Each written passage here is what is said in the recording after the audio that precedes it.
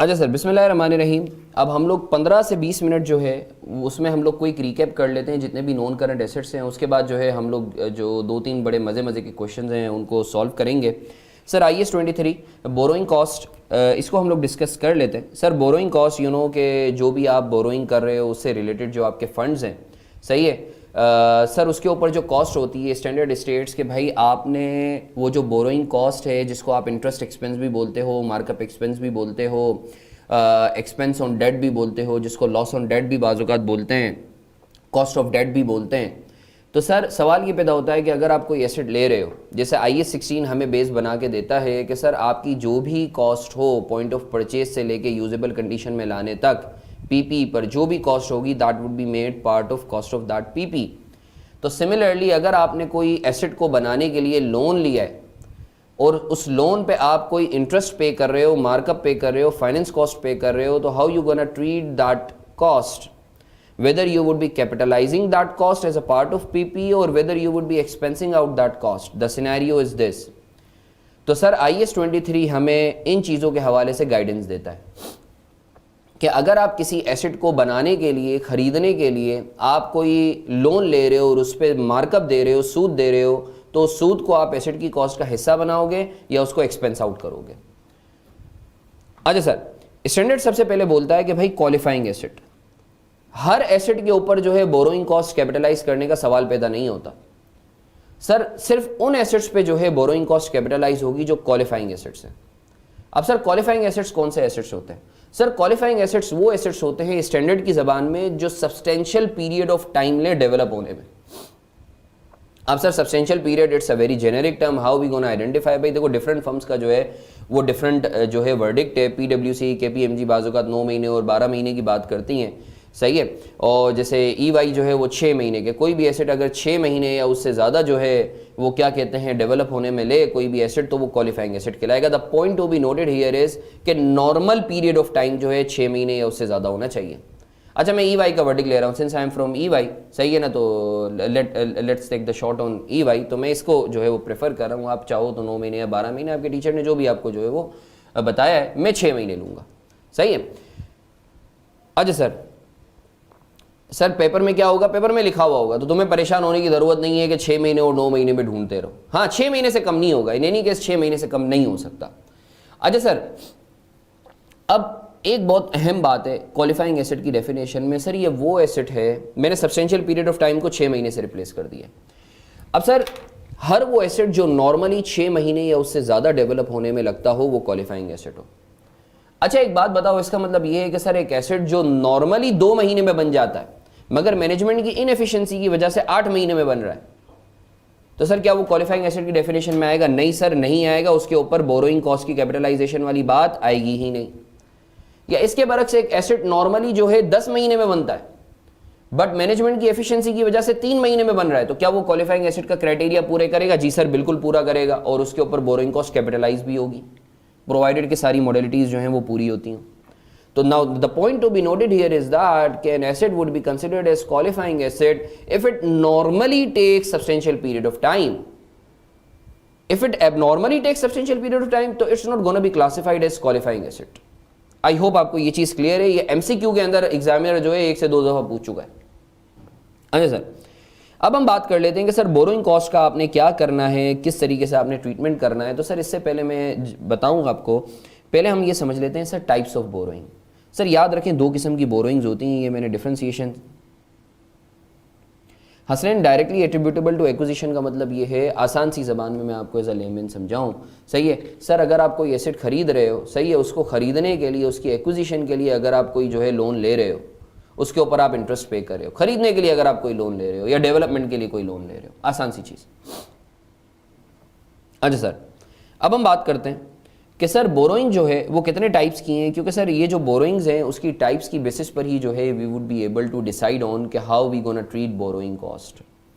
तो ये बहुत इंपॉर्टेंट एरिया है सर टाइप्स ऑफ बोरोइंग के हवाले से। सर याद रखो 2 किस्म की बोरोइंग्स हैं IAS 23 के तहत, स्पेसिफिक बोरोइंग और general borrowing. Sir specific borrowing कौन सी बोरोइंग होती है? अच्छा दोनों के रूल्स अलग अलग हैं, पहले मैं स्पेसिफिक बोरोइंग पे बात करूंगा, इसको बहुत गौर से सुनना। जनरल बोरोइंग खुद ही समझ में आ जाएगा, उसमें 2-3 डिफरेंसेस हैं। सर स्पेसिफिक बोरोइंग वो बोरोइंग है जो स्पेसिफिकली आप किसी एसेट को डेवलप करने के लिए लेते हो। फॉर एग्जाम्पल मैं बैंक के पास गया, मैंने बोला मुझे 100 मिलियन का लोन दे दो, मुझे ये बिल्डिंग डेवलप करनी है, इंफ्रास्ट्रक्चर डेवलप करना है। That's a specific borrowing borrowed for the development of building. सही है जी, बिल्कुल आ सकता है, बिल्कुल आ सकता है, मगर Hasnain the point is usable condition में आने के लिए वो सब्सटेंशियल पीरियड ऑफ टाइम ले। द पॉइंट टू बी, अगर तुम बोलते हो ready to be use condition के अंदर अगर आप एसेट ले रहे हो तो it's not a qualifying asset, right. अगर आप एसेट ले रहे हो कि आप उसके ऊपर फिर काम करोगे, डेवलपमेंट करोगे, सही है, और फिर उसमें 6 महीने लगते हैं तो yes it's a qualifying asset. अच्छा सर आगे बढ़ते हैं, आगे बढ़ते हैं। अब सर ये बहुत गौर से सुनेंगे, स्पेसिफिक बोरोइंग के ऊपर देखो, ये जो मैं तुम्हें कॉन्सेप्ट रिवाइज करवा रहा हूँ ना, इसकी सारी एप्लीकेशन ये जो अभी मैं 2-3 क्वेश्चंस तुम्हें करवाऊंगा उसमें आएंगी, तो बहुत गौर से सुनना। मैं तुम्हें यही चीज़ें रेफर करवा रहा हूँ, देखो अभी पढ़ाया था, अभी रिवाइज करवाया था। तो सर स्पेसिफिक बोरोइंग अगर आपने की है तो उसके ऊपर सर आप बोरोइंग कॉस्ट अगर इनकर करते हो तो कितने हिस्से को आपने कैपिटलाइज करना है, कितने हिस्से को कैपिटलाइज आपने नहीं करना। तो सर याद रखो याद रखो, जितना भी आपने लोन लिया है स्पेसिफिक बोरोइंग, उसके ऊपर जितनी कॉस्ट बनती है सब का सब कैपिटलाइज कर देना। माजरत यार,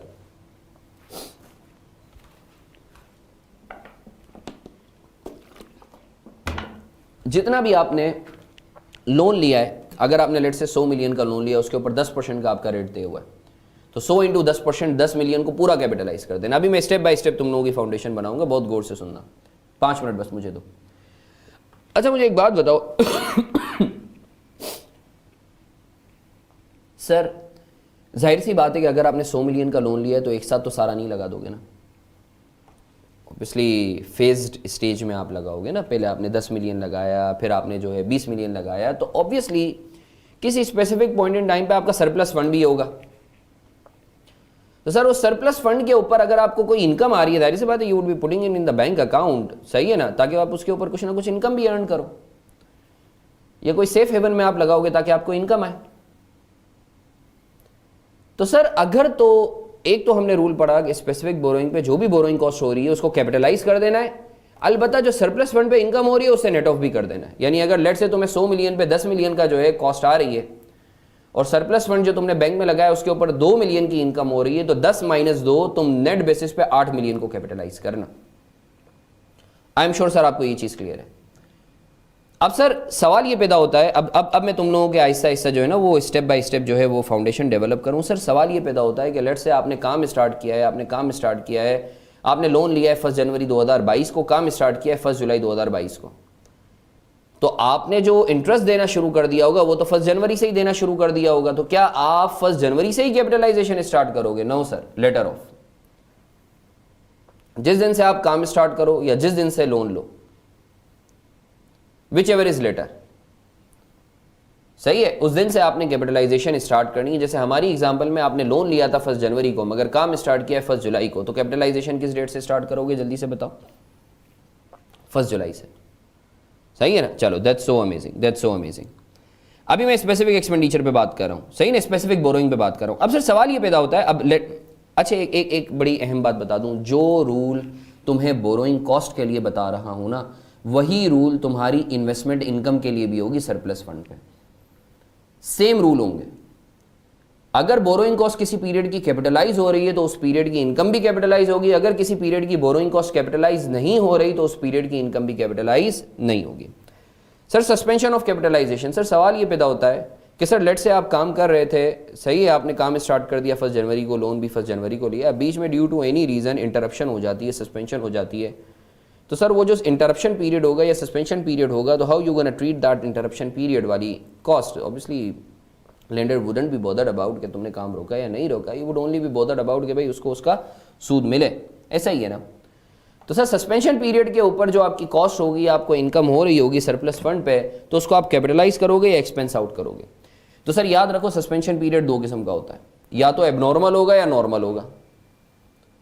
सर अगर तो एबनॉर्मल है तो उसको उस पीरियड की कॉस्ट और इनकम को एक्सपेंस आउट कर देना और अगर नॉर्मल है तो उस पीरियड की कॉस्ट और इनकम को कीप कैपिटलाइजिंग।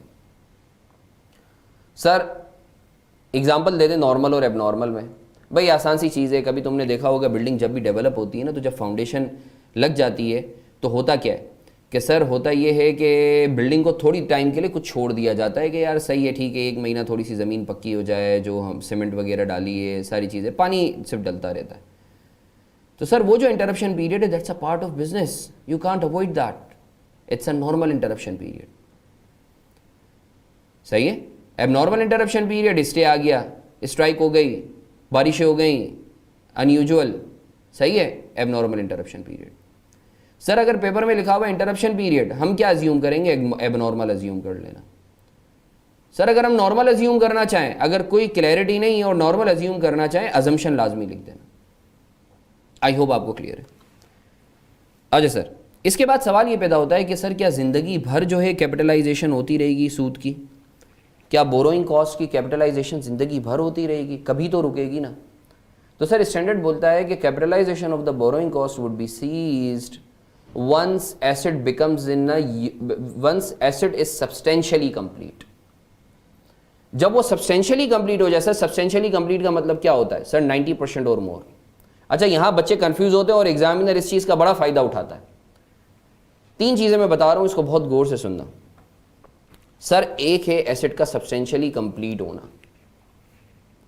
लेट्स से मैंने एक बिल्डिंग बनाई, सब कुछ डेवलप हो गया, बस शीशे वगैरह जो है, विंडोज वगैरह जो है वो लगाना रह गई है।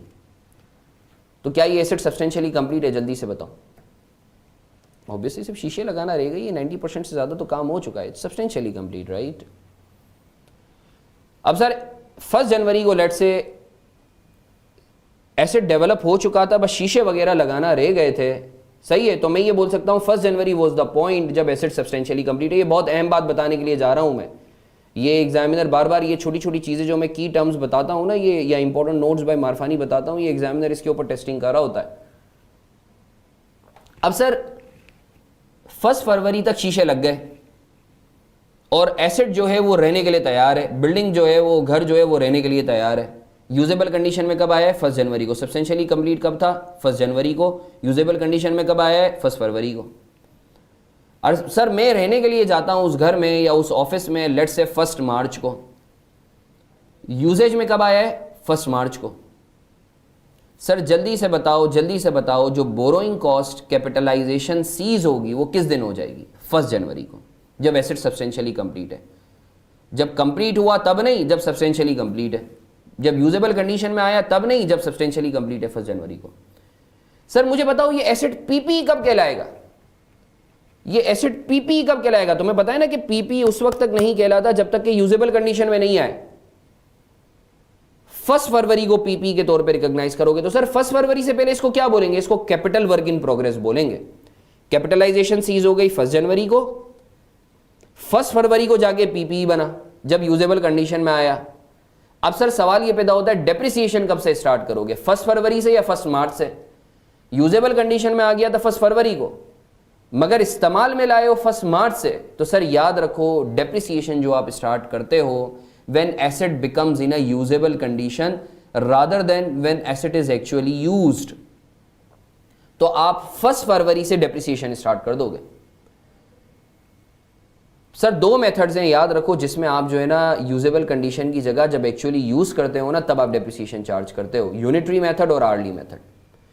अगर तो आपका टाइम बेस्ड मेथड है ना, स्ट्रेट लाइन और WDV मेथड, उस केस में जैसे ही एसिड यूजेबल कंडीशन में आता है, जो कि हमारा केस में 1 फरवरी था, आप उस दिन से डेप्रिसिएशन स्टार्ट कर देते हो। तो सर आई होप आपको ये डिफरेंस, क्योंकि काफ़ी बच्चों की मेरे पास ये क्यूरी थी, तो आई थॉट कि I should address this query. आज सर आगे बढ़े। So can we move on sir? अच्छा, ये मैंने आप लोगों के लिए ना एक ये इंपॉर्टेंट नोट्स बाय मारफानी भी लिखवा दिए हैं, तो you just run through this, यानी ये मैं तुम लोगों से शेयर भी कर दिए। Now let's have a look at general borrowing. General borrowing. अब सर बहुत गौर से सुनना ये जो मैं तुम्हें बता रहा हूँ। सर जनरल बोरोइंग कौन सी बोरोइंग होती है? Sir it's not meant for any specific asset. You are like कि आपने बैंक के लिए बहुत सारे पर्पसेस के लिए लोन लिया हुआ है, ऐसे वर्किंग कैपिटल चेंजेस के लिए। आप बैंक के पास जाते हो, बैंक को बोलते हो भाई मुझे जो है ना क्या कहते हैं, बहुत सारे जो है पर्पसेस के लिए लोन चाहिए, से वर्किंग कैपिटल नीड्स को, डिफरेंट नीड्स को पूरा करना है। It's not meant for any specific asset. तो सर ऐसी borrowing which is not meant for any specific asset, this borrowing is called general borrowing. अब सर याद रखो जनरल बोरोइंग और स्पेसिफिक बोरोइंग के सेम रूल्स हैं, सिवाय तीन चीज़ों के। तीन डिफरेंसेस हैं, बाकी जो स्पेसिफिक बोरोइंग में हमने पढ़ा वही जनरल बोरोइंग है। सर वो डिफरेंसेस हम पढ़ लेते हैं। सर पहला क्या है, जैसे स्पेसिफिक बोरोइंग में तो आप स्पेसिफिक रेट यूज़ करते हो, जनरल बोरोइंग में आपने जो है जितनी भी बोरोइंग्स हैं उन सब का वेटेड एवरेज रेट यूज़ करना है। यानी अगर आपके पास बोरोइंग है, बोरोइंग बी, बोरोइंग सी, बोरोइंग डी है, तो आप इन चारों की वेटेड एवरेज रेट लोगे, सही है ना। सर वेटेड एवरेज रेट कैसे लेंगे, आई एज्यूम कि तुम्हें पता होगा, नहीं पता तो चूंकि अभी टाइम कम है, सही है ना, हमें बहुत सारी चीज़ें कवर करनी है, तो मेरा बोरोइंग कॉस्ट का जो है तीसरा या चौथा लेक्चर देख लेना, फ्री एक्सेस है पोर्टल पे, सही है। तो ग्रुप पे अगर तुम लोग हो, सही है, तो जो है मैं वापस से भी शेयर कर दूंगा। अगर ग्रुप पे नहीं हो, कोई बच्चा ग्रुप पे नहीं है तो मुझे बता भी। वॉइस नहीं आ रही यार, मेरी आवाज़ आ रही है या नहीं आ रही, can anyone please help me out on this. आवाज़ आ रही है या नहीं आ रही मेरी, आ रही है ना, सही सही सही, thank you for the feedback. Okay चलो, दैट्स सो अमेजिंग।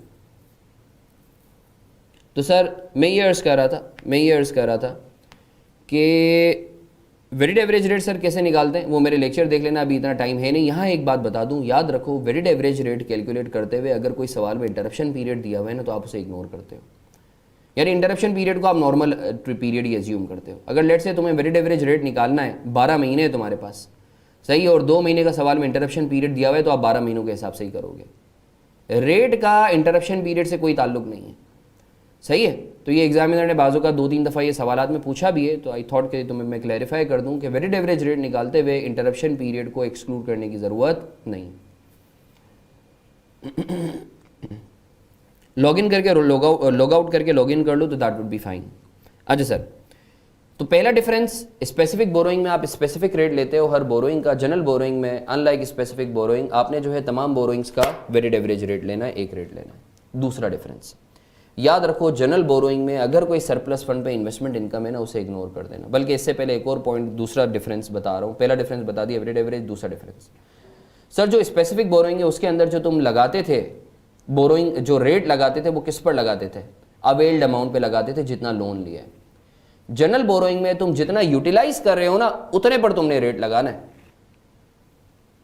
जो तुम कॉस्ट की कैपिटलाइजेशन के लिए रेट लगाओगे वो किस अमाउंट पे लगाओगे। तो सर स्पेसिफिक बोरोइंग में जिसमें तुम अवेल्ड अमाउंट पे लगाते थे rather than utilized amount, sir availed amount और यूटिलाइज्ड अमाउंट में क्या फर्क है भाई, तुमने लोन लिया है 100 मिलियन का, मगर अभी तक जो है लगाया है 40 मिलियन, तो जो तुमने लोन लिया है वो 100 मिलियन का लिया है, this is called availed amount, और तुमने अभी तक लगाया है 40 million, this is called utilized amount. तो स्पेसिफिक बोरोइंग में तुम 100 मिलियन पे लगाते थे, मगर जनरल बोरोइंग में तुम यूटिलाइज्ड अमाउंट पे लगाओगे, 40 मिलियन के ऊपर जो है रेट लगा के कैपिटलाइजेशन कैलकुलेट करोगे। तो ये दूसरा डिफरेंस है। तीसरा डिफरेंस सर याद रखो, चूंकि तुम रेट लगा ही यूटिलाइज्ड अमाउंट पे रहे हो कॉस्ट निकालने के लिए, तो इन्वेस्टमेंट इनकम का जो सरप्लस फंड होता है उसके ऊपर इन्वेस्टमेंट इनकम को कैपिटलाइज करने का कोई सवाल ही पैदा नहीं होता। तो जनरल बोरोइंग में अगर कोई इन्वेस्टमेंट इनकम दी हुई भी है तो उसे इग्नोर कर देना, सही है। सर बाकी रूल सारे वही है कि सर जिस दिन से आपने जो है काम स्टार्ट किया है, आप उस दिन से जो है कि अगर जनरल लोन हाफ ईयर में जाकर अक्वायर किया होगा तो 6 महीने लोगे, कोई मसला नहीं है। वेटेड एवरेज रेट के अंदर आप 6 महीने लोगे, कोई हर्ज वाली बात नहीं है, सही है ना। अच्छा, वेटेड एवरेज रेट याद रखो हर महीने, हर साल का अलग अलग निकलता है। 2022 का अलग, 2023 का अलग। तो उस 12 महीने में जितनी भी आपकी लोन्स होंगे ना, उनका आप वेटेड एवरेज लेते हो। वो कैसे लेते हो, वो बोरोइंग कॉस्ट वाला मेरा लेक्चर है, you can obviously always refer to those lectures. अच्छा सर, बाकी सारे के सारे रूल्स वही हैं जनरल बोरोइंग वाले, जो स्पेसिफिक बोरोइंग वाले हैं। सर क्या रूल्स हैं, आप कैपिटलाइजेशन उस दिन से स्टार्ट करोगे जिस दिन से आपने जो है काम स्टार्ट किया है। अच्छा, एक बच्चे का बड़ा मासूमाना सवाल था कि सर हमने लोन लिया है, काम स्टार्ट किया है भाई फरवरी में, और लोन लिया है अप्रैल में, तो सर हम फिर बोरोइंग कॉस्ट की, अरे भाई लोन लिया ही तुमने 2 महीने बाद है, तो वो जो 2 महीने उसका तो कोई बोरोइंग कॉस्ट चार्ज ही नहीं होगी ना, क्योंकि तुमने पे ही नहीं की है कोई बोरोइंग कॉस्ट, सही है ना भाई। काम पहले स्टार्ट हो गया, लोन बाद में लिया है।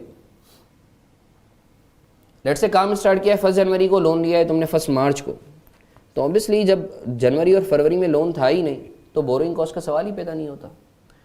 अच्छा सर, अब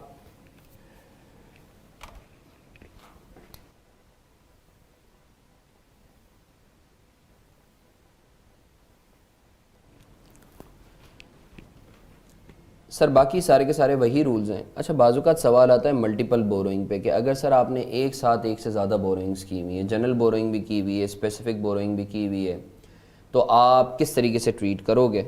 तो सर याद रखो कि सर आपने जो है सबसे पहले स्पेसिफिक बोरोइंग को यूटिलाइज़ करना है, सही है, और सबसे एंड में जनरल बोरोइंग को यूटिलाइज़ करना है, सही है। Specific borrowing would be utilized first, उसके बाद आप फिर जनरल बोरोइंग को यूटिलाइज़ करोगे, सही है। तो सर ये बोरोइंग कॉस्ट के हवाले से मैंने एक क्विक रिवीजन करवाया है आप लोगों को। आई होप सर आप लोगों को एक क्विकली रिकैप हो गया होगा। अगर आप लोगों का कोई क्वेश्चन है तो प्लीज़ आप लोग मुझसे पूछ सकते हैं।